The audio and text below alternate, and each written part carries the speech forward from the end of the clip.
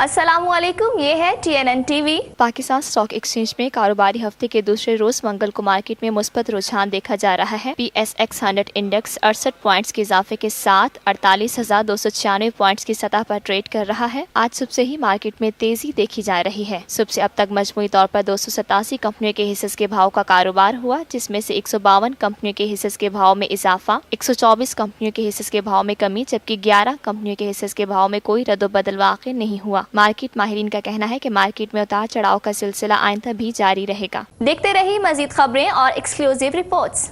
Lotus Lake Towers, a groundbreaking endeavor by Lotus Properties.